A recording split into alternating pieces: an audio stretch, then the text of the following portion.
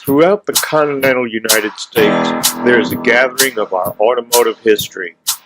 Most of you will not get to see or experience these icons of our youth, but I will, and I want to take you along with me on this wonderful journey.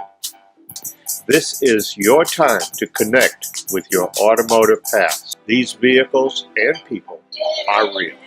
Many people have experienced a love affair with cars, the same as I have, and that's what this series is all about.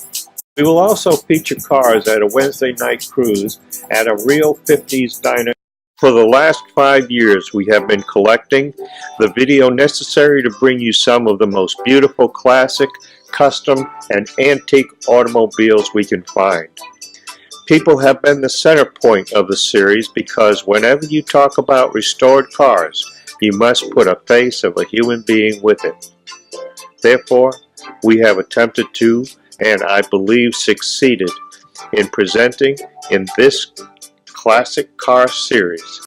The people and their stories of these unique and beautiful cars are preserving a precious part of our automotive history. On today's show, we'll see a Shelby Cobra continuation and a Chrysler Barrelback Woody. Quite a lineup. So, we'll be right back.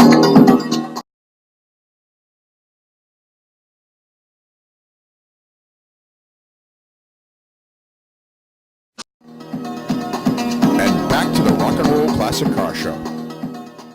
Carroll Shelby was a man with a vision of a sports car that could be on the road in the morning and the racetrack that same afternoon.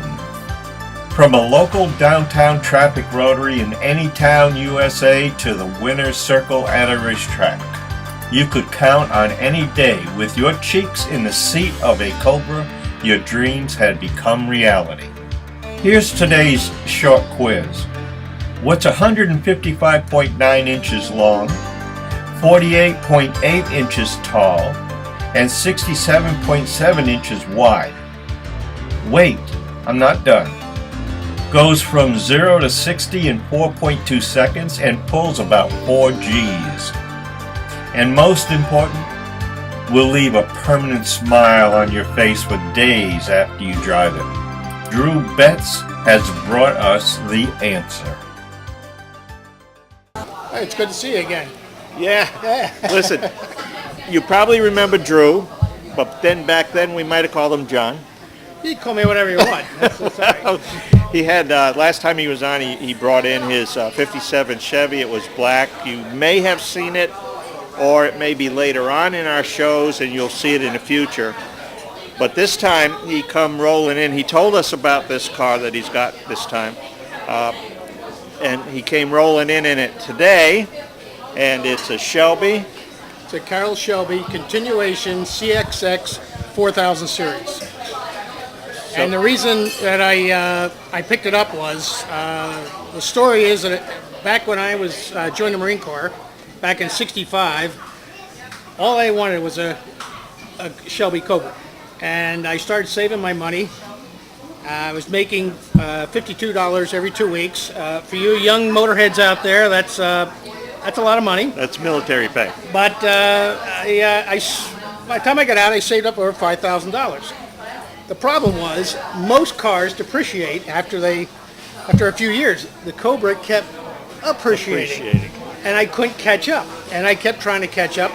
And I didn't have a lot of dates either, so I was cutting corners anywhere I could. Well, that was one where you could. Finally, I gave up. And then they started coming out with the kit cars. ERA, Contemporary, Factory 5. Right. But I just couldn't find myself to get a kit. But then I thought maybe I'll build one. And my wife gave me the go-ahead, but I kept stalling. Finally, after many, many years, what happened was with Carroll Shelby and all these people making money off of these kit cars, they said, why don't you get back into the business? Yeah. And he had his heart fund, which was very important to him. So he started making, he used to make the CSX 2000 series, which was the smaller ones. Then he made the 3000 series, which were the 427s. Right. Well, this is what they call continuation, his 4000 series. And he's doing well with it. Any profit he makes goes towards a heart fund, so that's very, very important. Well, Carol's had a few heart attacks. Yeah. So he knows what the heart fund thing is all about. So go ahead. I'm sorry. No, it's quite a beast. I had no idea. So this is the real thing. This is the real thing made. There's no power brakes, but it's no power steering. And when I went to insure Really? it, the insurance company was a little bit adamant about it. They said to my wife, "Does he know how to handle a high-performance car?" Yeah, this is what, a This is a 427. 427. How many miles? Well, the story goes with the car. How I found the car was. This is interesting. This is interesting here. Yes, I'm a snowbird now. I got old enough where my bones got cold in the winter, so I go to Florida. But where we stay in Florida, they have rules. Yeah. Of course, it's anywhere you go. It's a gated community, and they have sound rules. So this gentleman had bought this Cobra, and he was about 72. It's same thing with him from Carroll Shelby. And he put it to 200 miles on it, but they told me he couldn't drive it anymore in the complex. So he stored it for about 8-9 months. I show up in Florida. Us gearheads get together. Sure. And he just said, "Listen, you want to buy it?" And he sold it to me. And I won't tell you what I paid for it, but it wasn't a lot. And It wasn't a lot? it wasn't a lot. Wow. About half the true value of what Carroll Shelby sells them for. Yeah. So I was very happy. Bought the car. Of course, I had to let it sit. I couldn't drive it, so I got to look at it every day. And then I shipped it home, and I had 200 miles on it. Now I've got about 380. But I'm telling you, you can watch the gas gauge go down as you're driving. And I'm not kidding you. Well, one of the things about those particular cars, I think it's probably one of the most copied cars as far as kit cars are concerned. You see a lot of them out there. No power brakes. I've been to shows power where, steering. when they line them And up, when I went to because insure it, there are the so many of them, I mean, there are about 30 or 40 of them in a row. They all look alike. But you can take a look at this one and know that there's something different about this. And probably looking at it as we're talking about it right now. This is the real thing. It's got the plaque on the dash and everything. And you can tell. I will bet you, and this is the way Carroll Shelby actually wanted it, is to be able to take it to Watkins Glen on a Sunday afternoon and reach that 120 mark and have all the thrills in the world, and then take it home and put it in the garage and maybe drive it down and get some ice cream Tuesday night. This is absolutely rapture between man and machine. I want to tell you, when you're driving this thing, it's Le Mans blue, it's in Le Mans colors, and she noticed the 2 yellow stripes on it? Yeah. That was supposed to be called the rookie stripes, and I am definitely a rookie. I have no problem with that. Well, you can curl some hairs on top of your head with that thing if you wanted to lay it all the way out. When you do an interview with my good friend here, Norm, I put him in the. He has the white Corvette. We'll be talking later, but he had to have a ride in it, and my foot must have slipped on the accelerator.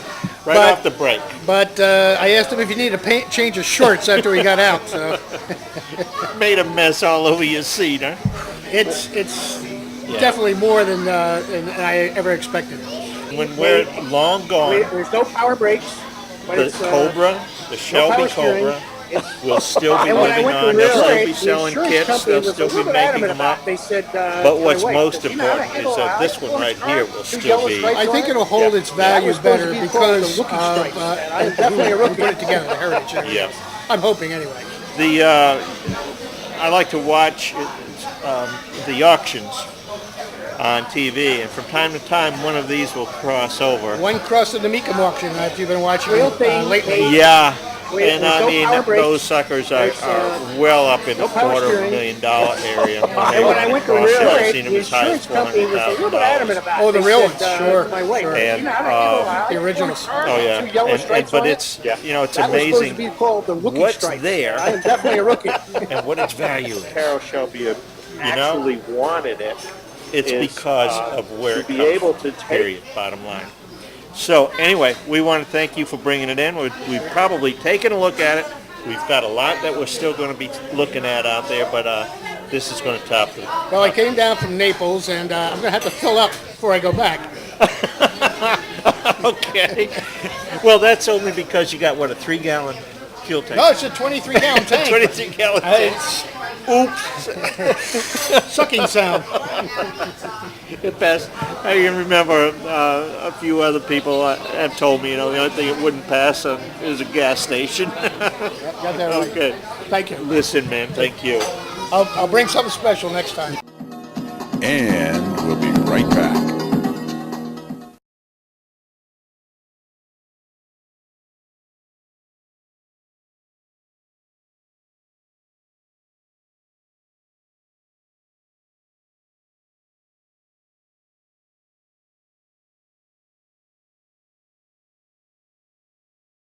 Friend from Canada, and his name is Dennis Jourdan.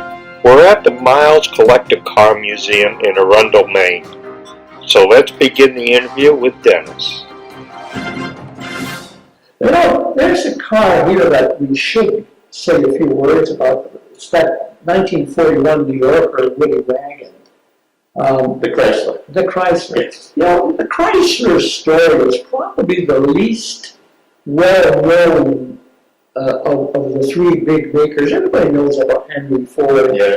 Most people know about William Coppola, who created GM when he bought Chevrolet from the Louis Chevrolet Racing Brothers, and et cetera, et cetera. He bought Buick from David Dunbar Buick. But Walter Percy Chrysler always gets the last, how should I put it, a space of time. And he was actually quite a genius at it. When he came out with his cars in 1926, he bought Maxwell, I think, in 1925, right? But he came out with Chryslers in 1926, and right away, the cars were ahead of the competition. They instantly had hydraulic brakes. He invented, and his mechanics, of course, as engineers, invented floating power. This is the first engine built on rubber mounts. It sounded inconceivable that we would bolt a steel engine to a steel frame and not think of putting an insulator between the two. But Walter Percy Chrysler thought about that. He had worked for Buick before. He had been a mechanical engineer as a young boy, self-trained. And when that 41 Chrysler came into being, Chrysler was making a very high quality product for the time. And when you said about your brothers that they sat at the table and they each defended their own fort, in other words, the brand that they drove, the old Uncle Harfords of this world drove Chryslers in those days. My father was the one sitting at the table with the Chrysler. And I didn't know, we're not making this up. No. Because the cars were real stodgy. They weren't as flashy as them. They didn't have Harley Earl as a designer at Chrysler.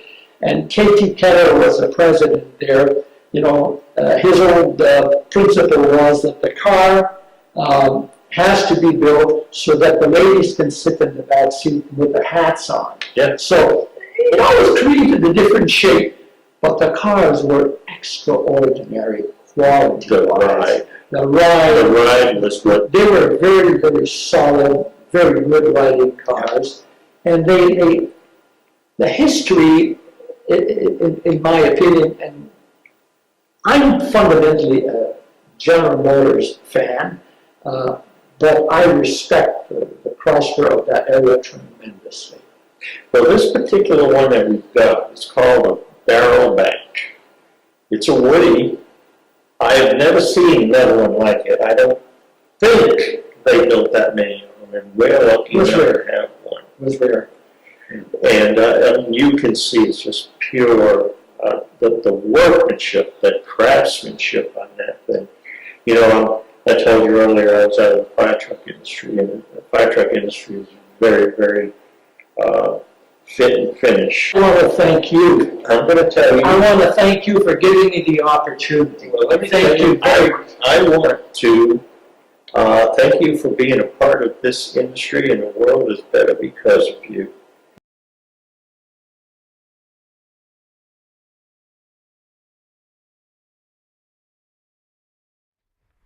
Hi friends, Josiah Courier down here in sunny Arundel, Maine at Motorland, where it's been so busy I've actually had to move into the lot. With our 5-star service and 75 car showroom, somebody here 24/7 just to make sure people don't go crazy. Motorland, we still have a great selection of vintage automobiles to choose from, like this beautiful 1984 Mercedes Benz 380 SL with fine Corinthian leather. Or how about this, a V8 motor, automatic Hang on. It's sold. Oh man, that was How about showing us one that's not sold? This one here? You mean this 1965 Oldsmobile Cutlass convertible with automatic transmission V8? That's it. How about this one right here? 59 Plymouth Belvedere, 4-door sedan with 318 V8, power steering, power brakes. It does everything for you except cook breakfast. You know, there's something very unique about this 1964 Chrysler Imperial 4-door sedan, is that the gas door's in the rear. Also noting is that it's a hybrid. It uses gas in town, but when you get on the highway, it uses even more gas. This beautiful 1964 Chrysler Imperial convertible. It's called a soffittopi, which is Italian for a roof that comes down. Make sure to check us out in sunny Arundel, Maine, right on Route 1, where we still offer 5-star service, including mechanical repair, interior repair, and body repair. Even if you can't come on down, check us out at motorlandamerica.com. We'll be right back.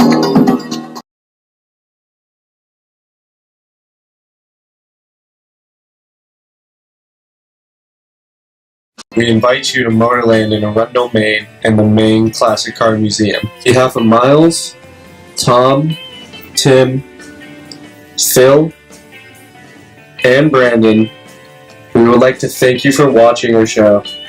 Our web address is motorlandtvnetwork.com. See you next week.